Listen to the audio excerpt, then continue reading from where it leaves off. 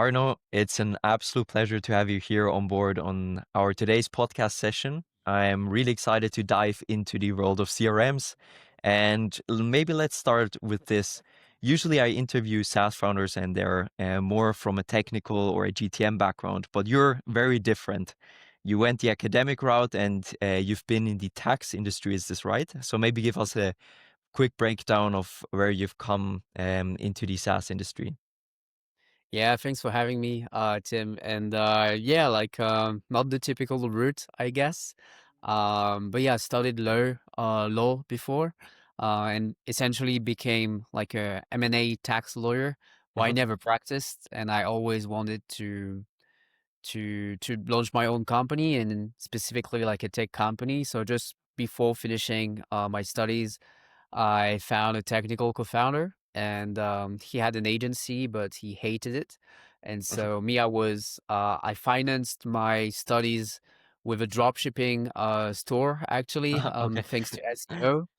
And yeah, then we essentially started to try to launch a SaaS, and eventually we stumbled across Breakcold, and I knew nothing about sales really back then. I knew nothing about CRMs and learned everything. And initially, Breakcold was more on the cold emailing end. And Mhm. down the line, it happened to be a sales focused CRM. And yeah, this is how we pretty much learn everything. And yeah, like all our customers, they are pretty much sales teams or lead generation agencies or GTM engineers. So in the end, you as skilled, I would say, as them, even more sometimes, and they're even asking yourself questions on how to deliver better things for the clients. So yeah, in the end, a lot knowledgeable about B2B sales, digital sales. So yeah. 100%. Very interesting. One thing I'm really curious about to hear is why did you decide to actually build in such a crowded marketplace? Like the AI CRM route is probably one of the more obvious things. And how did you think about it, knowing that you will compete with like the big players, Salesforce and HubSpot? Yeah, I think we didn't really know. Hmm. So I think it happened more by accident, in the sense that initially we were building a social selling software. Hmm. So it was very much linked to LinkedIn and Twitter back then. And then we realized that actually people who benefited the most from the software were people using it as a CRM. And so then we say, okay, then we should just be focused on being a modern CRM with socials. And then the AI and everything came down the line. So it more happened by accident. And why we decided to stick with it and go with it was because when we scouted the market about 2 years ago. Like like all the CRMs on the market were gigantic. So the ones you mentioned, so Salesforce, HubSpot, Close, Horrible UX. yeah, all of them, they're making at least $50 million a year, Hmm. essentially. And the ones that raised very recently, I mean, not recently, but 2017, like Atio, who's pretty much known in your audience, I guess. Like, it's still 2017 and not 2023. Um, but they were all like super big. And so the bet was, if we do this bootstrapped, no one will be crazy enough to do it bootstrap, because it's just so difficult to build a CRM. And essentially, it's either you raise like a crazy amount of money, or you don't do it. And VCs, they will not follow you because they think it's too hard to penetrate the CRM market, which Hmm. it is. And the bet was, if we manage to survive, then we have no competition really, because the only competition you have are companies making at least $50 million a year. They're usually going after enterprise companies. So you're pretty much like alone, and you're getting the leftovers, but the leftovers in like the biggest SaaS industry on the world. It's pretty good. And so yeah, that was the mindset. And I think so far it has been difficult, but it also has been a good choice, because yeah, we don't have really competition in a sense. And all the people that tried to do copycats of us or whatever, they gave up because of how hard it is, and that you really have to be a bit crazy, and you don't make money rapidly. Even if you raise money, you don't make money rapidly. And even the ones who raise money, they just vanished.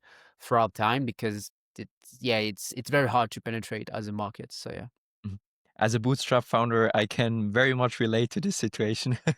um, but what I think is very unique with your approach is, maybe for the audience, explain a bit more the social selling side of things in comparison to like the more traditional go-to-market.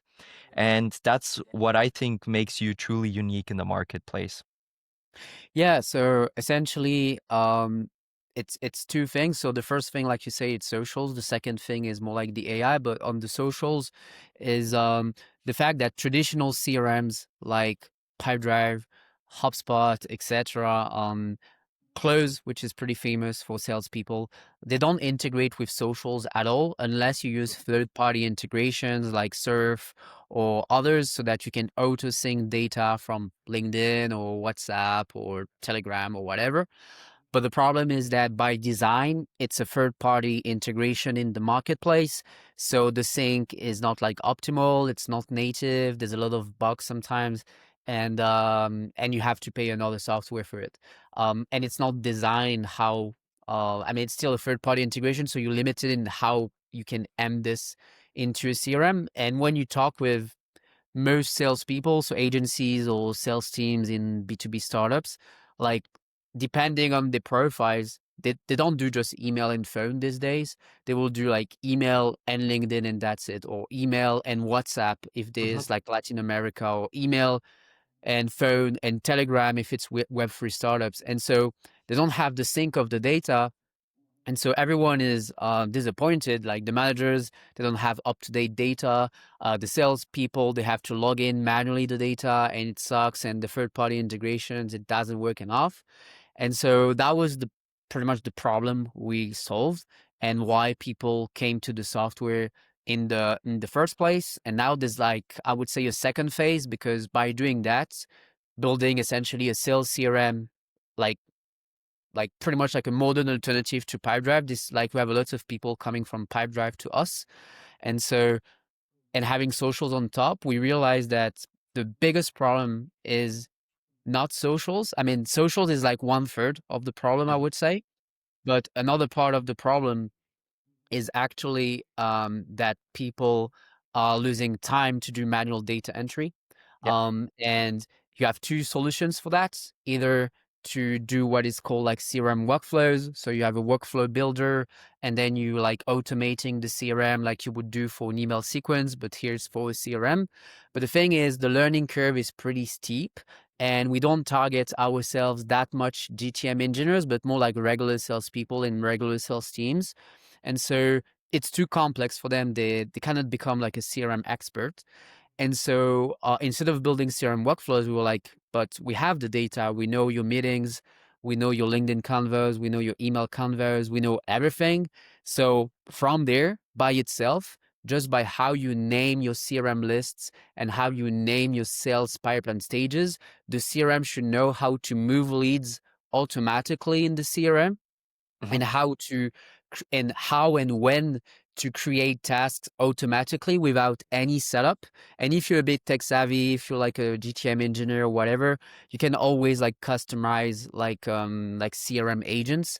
But if you're like a regular salesperson, it's pretty easy to set up. And yeah, we've had this like now for 2+ months, and people now, I would say, they come even more for like the automation part. That is super easy, and social is like the bonus, and then it's like, okay, it's a no-brainer. But yeah, this is the two problems we're solving, I would say. Before we dive a bit deeper into the workflows, I first want to dive a bit deeper into the origin story. You mentioned you started out more as a cold outreach software, mainly email back then, but maybe bring us to the time where you actually transitioned to the CRM part. How did you bootstrap, and how did you manage to build out such a good platform? Because looking back, I'm sure you see how much you already built. Yeah, so very quickly, the first version of Breakcold was an AI first line writer. Okay. And then we added cold emailing because we were like, oh, we have AI first lines, and then we have cold emailing. So this was like pre-chat GPT. And Okay. then I don't know, like we got money the first month, like about $20,000 the first month, by just selling subscriptions, like lifetime deals essentially. And then we got MRR the first 2 months as well, like 2K per month, like very quickly with this Mhm. software. And then we had the polls that it will just not work. And for the people who have been in the space, they might know that Smart Lead is like one of the leading cold emailing software right now, was also an AI first lines writer back then. It was called, I think, Mhm. Smart Writer. And Okay. then also the transition to being just cold emailing software, because they knew like AI first lines, it will not just work for Mhm. many reasons. And then we transitioned to cold emailing. And then cold emailing, we didn't like the space for many reasons, and we knew that it was too hard. We were too late to the party compared to Instantly and Smart Lead. So we Yes. shifted for CRM, and this is where like it was a blank page. It was a Oh. blank page, and yeah, I dropped a bottle. And essentially, we had to think about an idea on how to differentiate ourselves, and this is where the transition happens. So, okay, what salespeople hate, and what they hate is that they have to go on multiple platforms to engage with the leads via email, LinkedIn, and Twitter back then. So that Mhm. was the initial idea, and we knew that people got more sales if they engage with the post of their prospects. And this is how we came up with this idea of having a feed inside a sales software where you can like and comment the post of your prospects, and also at the same time sending messages to them. So that was just the initial version, and then it became like a fully fledged sales CRM first, and social is more like the second thing. We even have people who don't use the social part, but that was more the transition. And to answer your question, how we bootstrap this. So essentially, with the money we made the first month, 20,000, and the 2K per month we had, it was a bit of struggle for a year. We were pretty much 2K per month for a full year. Mhm. And we also got the 20K we got the first month. And so this is pretty much how we survived for a year and a half, or a year. And then down the line, because the CRM is pretty tough to build, we Yes. had I more imagine. features. And the more features we shipped, the more it was easy to close subscriptions and also to retain them. I think in the beginning we had something crazy like 40% monthly churn, which is like impossible, like massive. And yeah, the more we added features, the more we dropped. So 40% and 30% and 20% and Mhm. 10. Cool. And yeah, step by step, you lower your churn.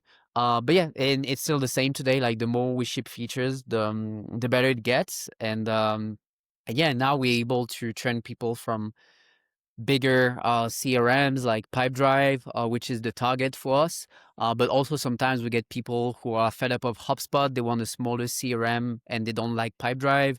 And yeah, and other CRMs on the space.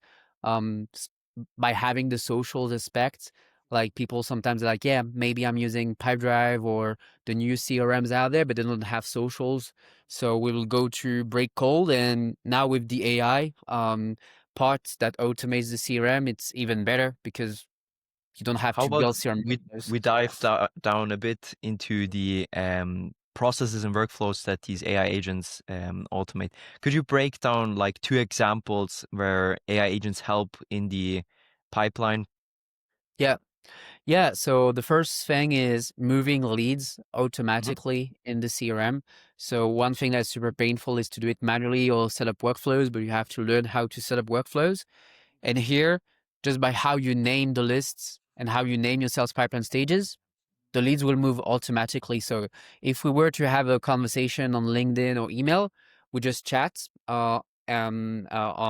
directly on LinkedIn or with Breakcold, because you can chat from there.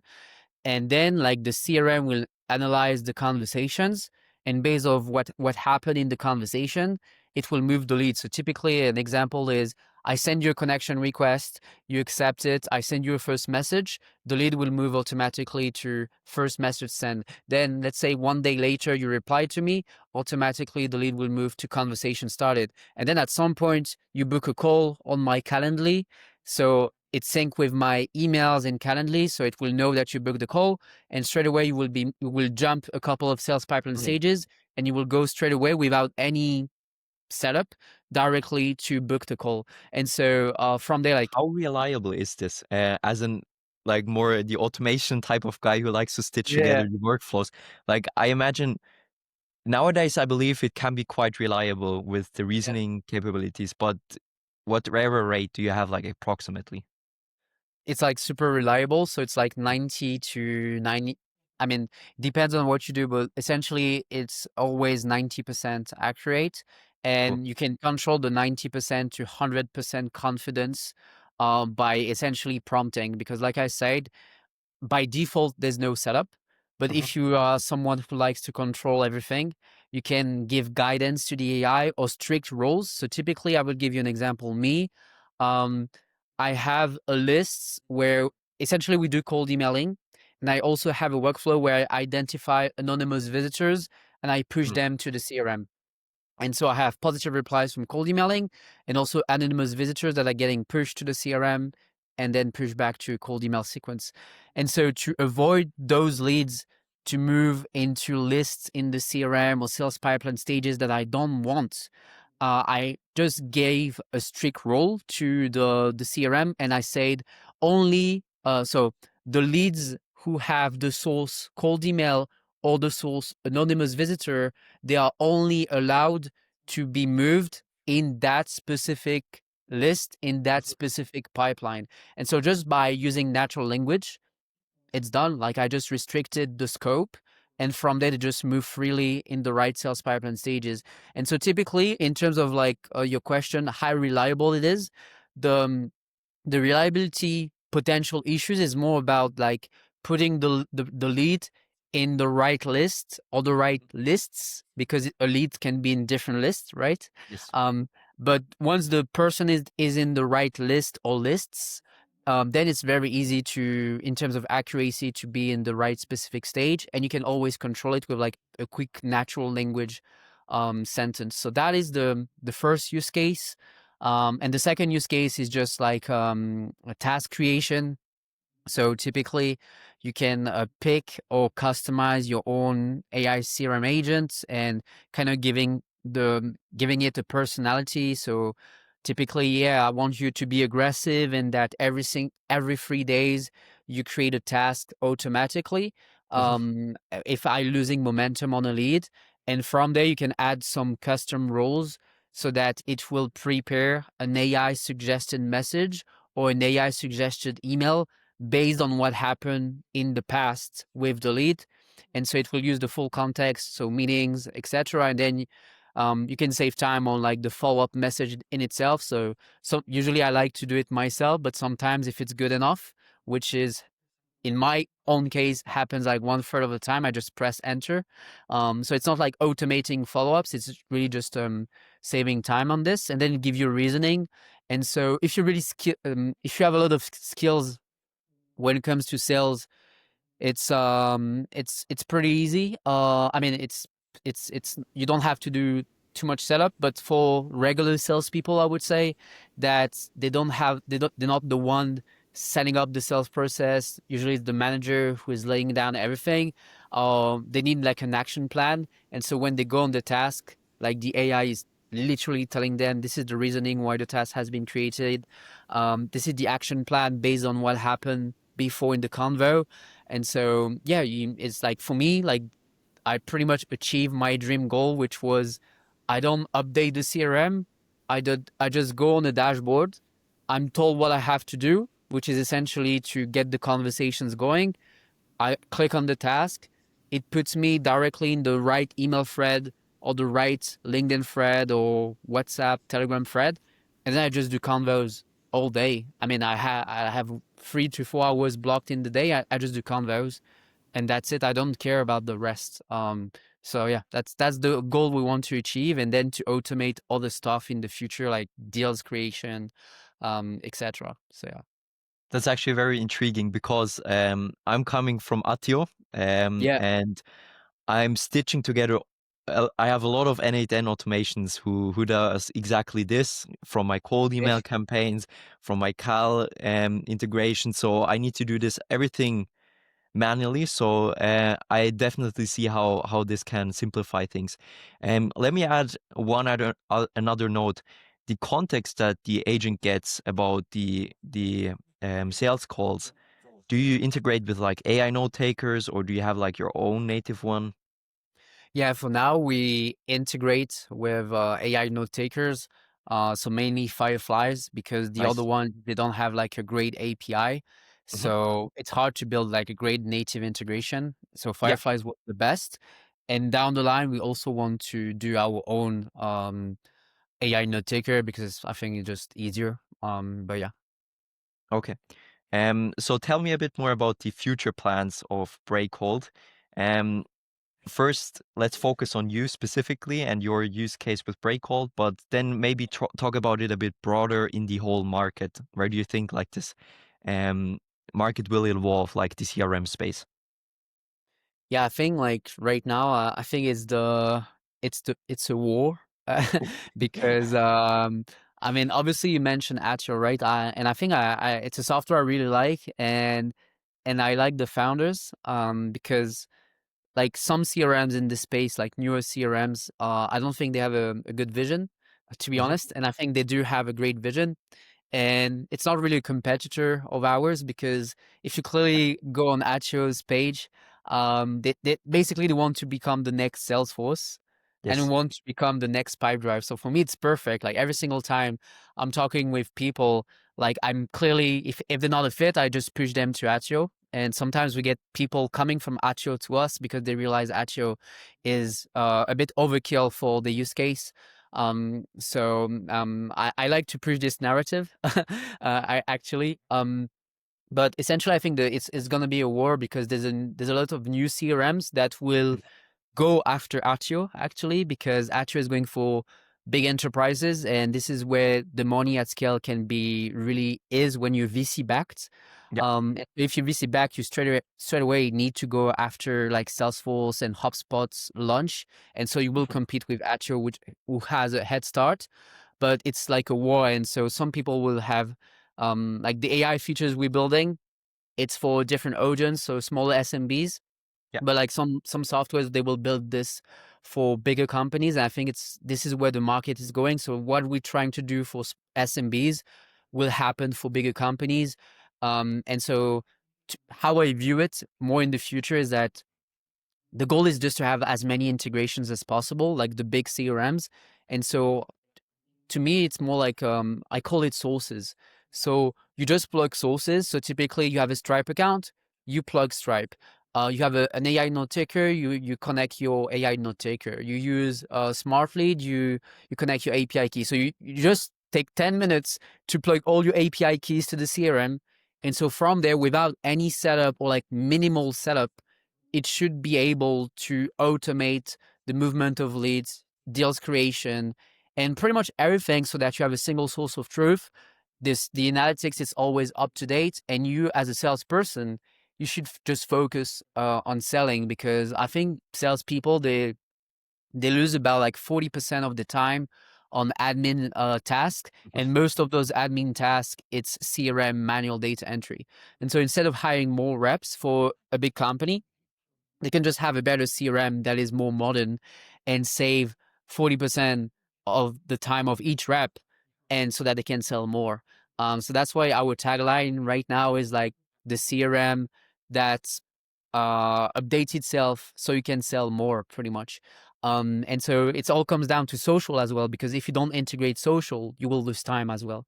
And so I think this is where the market is really heading. And yeah, on ourselves is just about like shipping more native integrations so that you have as many sources as possible, and so that like you to go back to your question, the reliability of everything is perfect because you have all the context that you need and data. I mean, AI, as we know, if you don't have data to feed the AI, like results are Gonna be poor. trash. So the more data you have, the better. And I think this is why CRMs is such a perfect thing because in a CRM, this is where you have all the data normally. So yeah. So let me start a more controversial conversation because I know you're not a massive fan of AI SDRs, and as somebody who's running a LinkedIn AI SDR Yeah. company. So let's talk about this. What are your thoughts on AI SDRs? I'm glad to share mine later. Yeah, I think like my opinion is that I'm not like big fan, but I can detail more. I think it's because people they think they can use it for everything. Mhm, So I think it's a good use for outreach before getting a positive reply.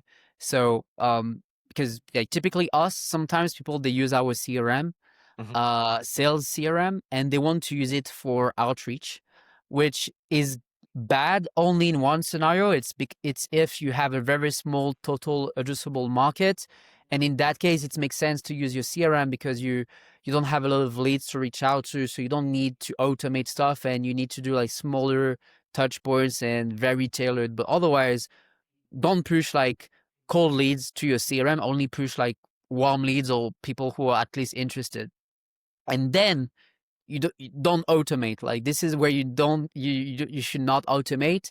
And I think yeah, AI SDRs they should be used to get that first reply. Pretty much similarly to like cold emailing. Really, like mhm, you can do cold emailing at scale, shooting like crazy, and then once you have a positive reply everything goes manually. So this is more my take, and people they would assume that they should automate 100% of conversations mhm. even when it's qualified, which technically could be possible. But I would just use AI SDRs. Maybe I don't know if you have a failed payment on your SaaS, then you can automate it, but you don't need AI SDRs for that, right? So I think yeah, when it comes to outreach, to get that first positive reply, but then you don't really need this.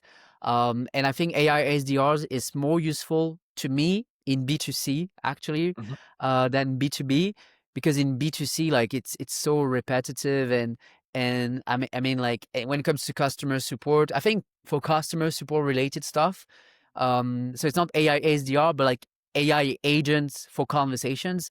Yeah. I think you can have a much bigger impact at scale. And it really depends again. So yeah, would love to get your thoughts quickly on this. Yeah, 100%. Even though we're an AI SDR company, we still recommend our clients to do some outreach manually. And we usually do this by you need to define who are tier one leads. And Yeah. these you go after manually. You want to have your SDRs calling them or doing manual outreach to be really critical. But like for if you have a high TAM, you can do mass outreach and blast out highly personalized messages. But as soon as the conversation starts, as you said, we had many requests from clients like they want to have like a fully automated inbox, but we Mm. really resist this because Ouais, th- yeah. like with LinkedIn, you're bottlenecked by scale, right? So you want to treat leads like gold, and I wouldn't trust an AI SDR to handle my leads fully, the full conversation. But what we're working on is like having drafts written, um, exactly drafts written, which you can just edit and then um, yeah, send. So with the same goal, like to save SDRs or sales reps more time. But I have a similar view on this, but of course I'm a bit more bullish. Yeah. Yeah, for So sure. we're all about like go to market on this channel. So maybe break down a bit more your go to market channels. Like how do you approach it at Breakcold? What was like the main driver for you guys? Yeah, I think our go-to markets is a bit different than other people because CRM like not everyone needs a CRM at any given moment. So it's actually hard to know if people need a CRM, and they don't change CRM every day. So it's really much an inbound strategy, Yeah. and capitalizing on people who need a CRM right now. And so there's a lot of SEO involved. So SEO is our number one driver, I would say. And yeah, pretty much like 30-40% of our SaaS signups they come from SEO. We have about like 30,000 monthly visits. So SEO is the main driver. And then I mean, I do content on LinkedIn.